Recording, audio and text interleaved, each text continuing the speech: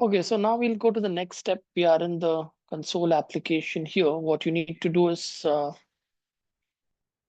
you see the changes that I've done here in the console application. As we discussed last time, we don't have references to classes here now. We just deal with interfaces. So if you notice here, we have got a I hello world pointer with which we are making a call to greet. Now, how we got that is an interesting part to see. What we have done is we have introduced a new class called as C Factory in the another shared library. Another shared library which creates, or which is a service provider, which has defined the class another hello world, will also create another class here. As you see here in another shared library, I've got cfactory.h, which is creating another class which has got a static function in it, which is create hello world object. So primarily, if you go to the cfactory.cpp, what the static function does is it just creates the uh, hello world class object and returns it in the parent class, that is the pi hello world, which is possible.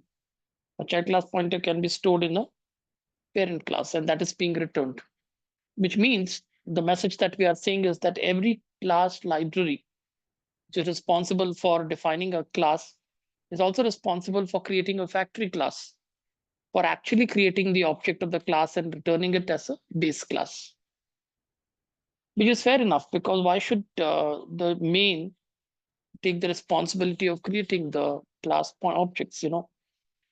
In this case, the object that is being created is simple, but it could be a parameterized constructor which might take different arguments. Now, why should the main? So if you again go back to the main, you see that the main is only interested in calling the greet function. You should not, kind of overload it with the responsibility of creating an object of the class, because object creation should be embedded inside, encapsulated inside the factory class provided by the class provider, the shared library provider.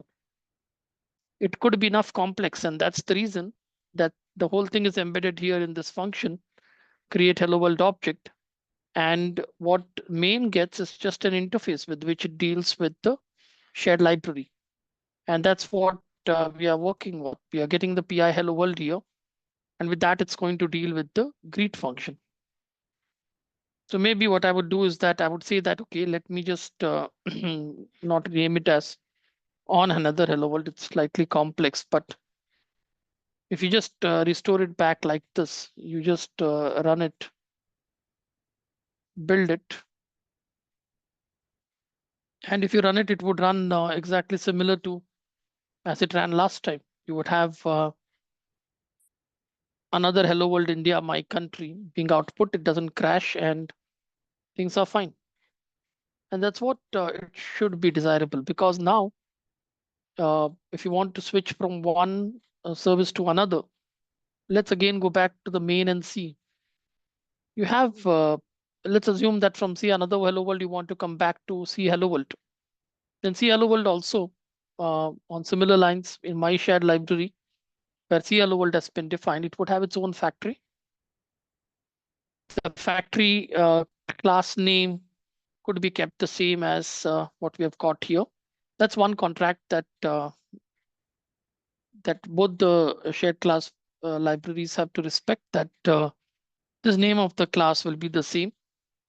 Create hello world object, if they choose it to be the same, then obviously there's no code change here. So what I would show you in a while is primarily without any code change. Hopefully I should be able to switch from another hello world to hello world. Let's see that on the next side of this video.